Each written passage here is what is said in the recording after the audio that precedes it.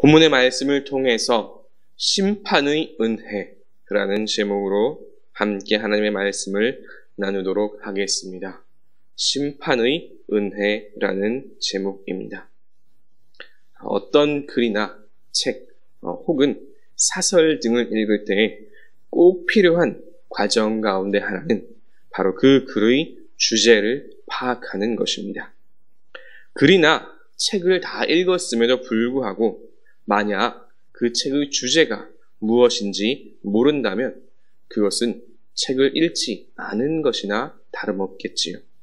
반면 어떤 글을 읽으면서 그 글의 주제를 파악하면서 읽었다면 그 글이 어떤 의미를 가지는지 보다 깊이 이해할 수 있고 또 훨씬 더 수월하게 책을 읽을 수도 있습니다.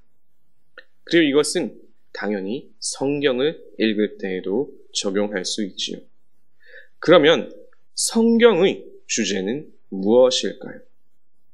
만약 이 두꺼운 성경을 하나로 관통하는 주제가 있다면 그것은 과연 무엇일까요?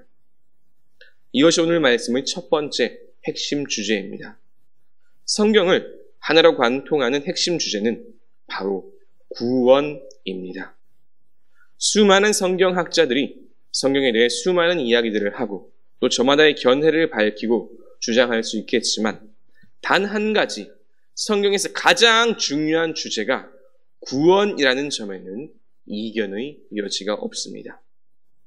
성경 그 처음부터 마지막까지 한결같이 구원의 역사를 기록하였습니다. 태초의 아담이 타락했지만 그에게 가죽옷을 지어 입히시고 원수의 머리를 밟을 후손을 약속하셨지요. 또한 태초의 인류가 타락하셨을 때 하나님은 노아를 택하시고 구원의 방주를 준비하셨습니다.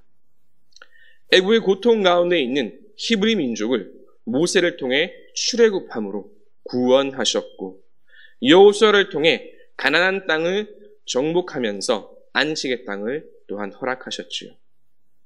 다윗을 통해 영원한 왕위를 약속하시고 마침내 예수님께서 다윗의 후손으로 이 땅에 오셨습니다. 그리고 예수님께서 우리의 모든 죄를 지시고 십자가에 달려 돌아가심으로 구원 역사의 절정을 보여주며 완성하셨습니다. 이처럼 성경은 처음부터 끝까지 계속해서 한 가지 주제를 반복해서 말씀합니다. 바로 구원입니다. 그리고 이것은 오늘 에스더의 말씀도 마찬가지입니다. 에스더서는 유대 민족의 절망적인 이 위기 가운데 그들이 어떻게 구원받았는지에 대해 기록한 성경이지요. 사실 이 에스더서의 문제의 발단을 생각해보면 참으로 어처구니가 없습니다. 하만이 모르드게를 미워한 이유는 단 한 가지입니다. 모르드게가 하만에게 절하지 않고 인사하지 않았다는 거죠.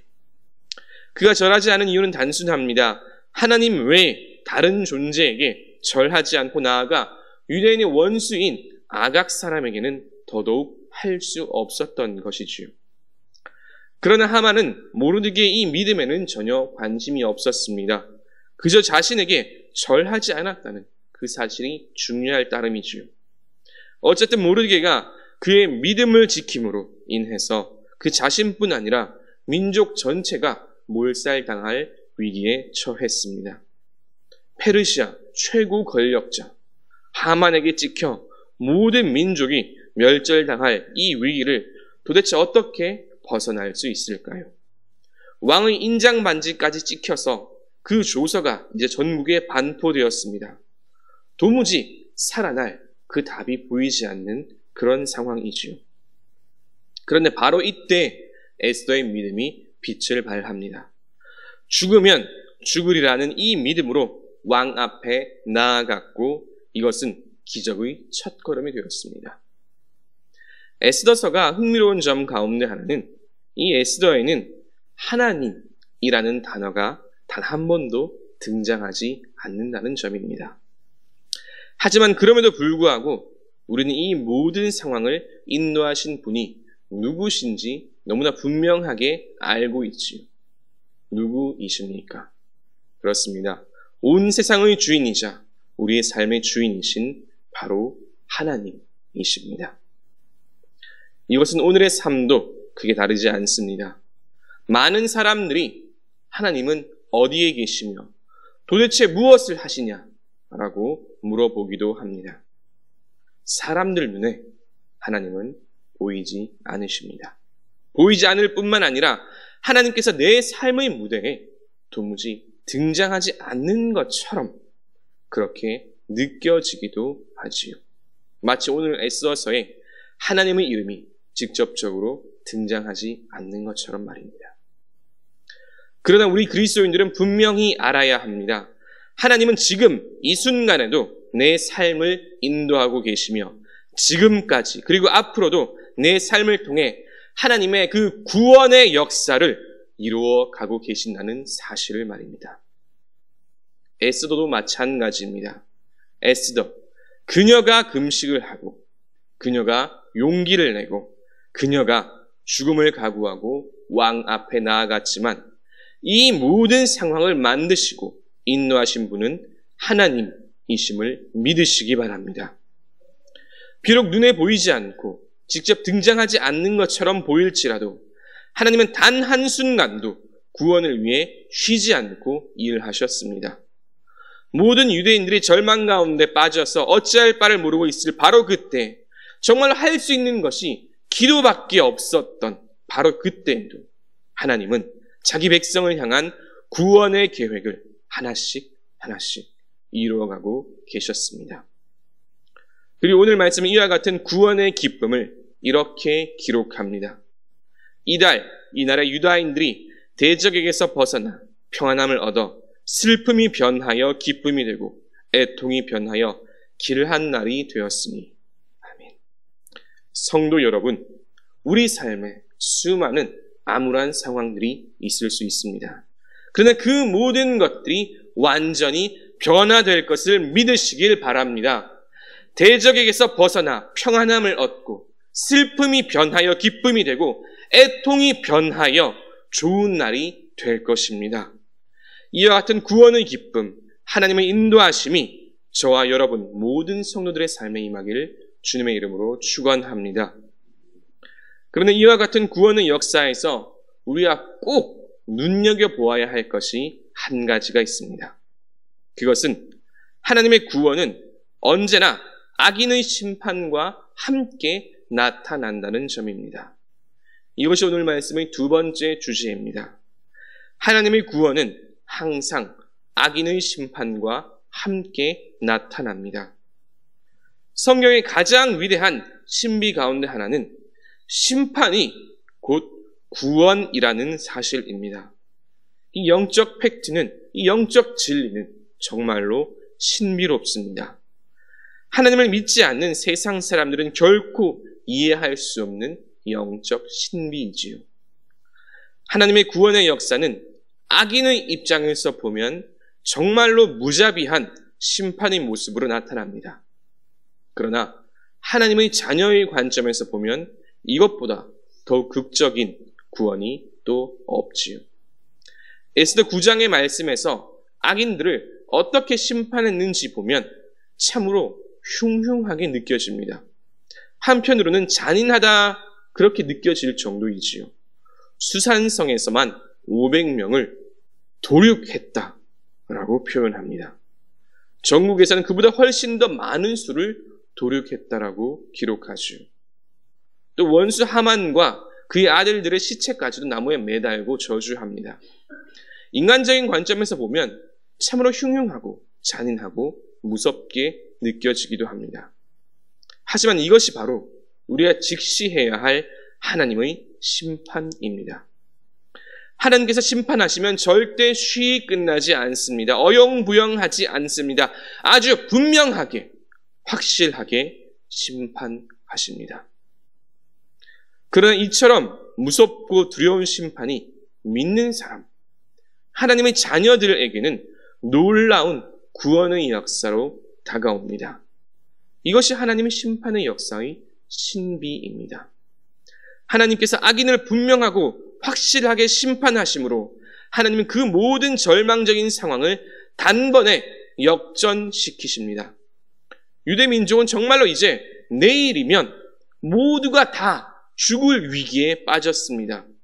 하만이 모든 유대인들을 다 잡아 죽이려고 날을 정하여 제비까지 뽑아 놓은 그런 상황이지요. 그런데 바로 그때 하나님은 이 하만을 심판하심으로 모든 상황을 뒤집으시고 자칫 이 죽음의 날이 될 수도 있는 그 날을 구원의 날로 바꾸셨습니다.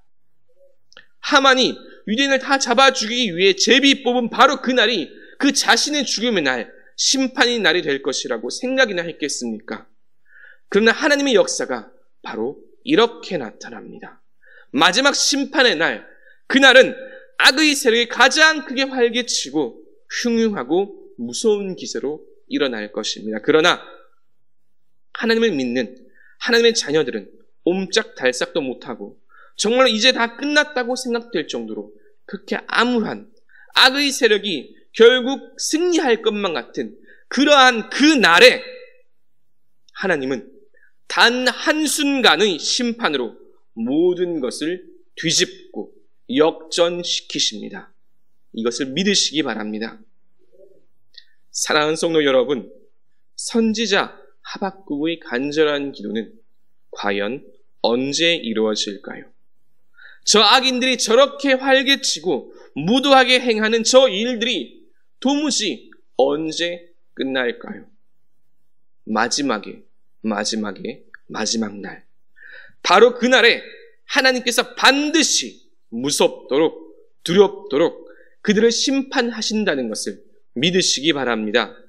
이 땅에서 떵떵거리며 살던 악인들, 하나님이 없다고 조롱하며 자기 소견대로 살아가던 사람들, 욕심과 욕망을 따라 사람들을 괴롭히고 착취하던 그 모든 악인들, 하나님은 마지막 날에 그들을 심판하시고 하나님의 자녀들은 구원하시면서 놀라운 역전의 날을 만들어 가실 것입니다. 이제 말씀을 정리합니다. 에스더서는 이와 같은 하나님의 구원의 역사를 기록한, 그대로 요약한, 아주 직관적으로 보여주는 성경입니다. 악한 세력이 권세를 잡고 휘두른 세상 속에서 하나님의 자녀들은 죄 없이 고통 가운데 죽어가지요. 그런 중에도 믿음을 지키며 살아가고 죽으면 죽으리라는 믿음으로 기도하며 하나님을 의지하는 하나님의 자녀들이 있습니다. 그리고 그런 믿음을 보시고 하나님은 단번에 전세를 역전시키십니다. 그야말로 마지막 한판 뒤집기이지요. 악인은 심판하고 주의 자녀들은 구원하십니다. 심판은 아주 분명하고 확실하게 그리고 단번에 이루어집니다. 그러나 동시에 구원은 영원하며 영구적입니다. 왜 에스더서에서요? 오늘 말씀에서 불임절을 영구한 율법으로 세웠을까요? 구원의 영원함을 보여주기 위해서입니다. 사랑하는 성도 여러분, 오늘도 악의 권세는 그 끝을 모르고 커지고 강대해집니다. 반면 힘이 없어 보이는 주의 자녀들은 도대체 어떻게 살아가야 할까? 빛조차 보이지 않는 그런 현실처럼 느껴지기도 하지요. 그러나 우리가 반드시 알아야 할 것, 믿어야 할 것은 하나님께서 반드시 이 모든 것을 뒤집으신다는 영적 진리, 영적 팩트입니다. 하나님께서 역전시키십니다. 악인은 반드시 심판받습니다. 주의 자녀들은 구원받습니다. 이 믿음을 가지고 오늘의 어려움도 고난의 시간도 능히 견뎌내시고 승리하시는 주님의 자녀들 되시기를 주님의 이름으로 축원합니다. 말씀을 생각하시며 찬송가 336장 함께 찬양 드리시겠습니다.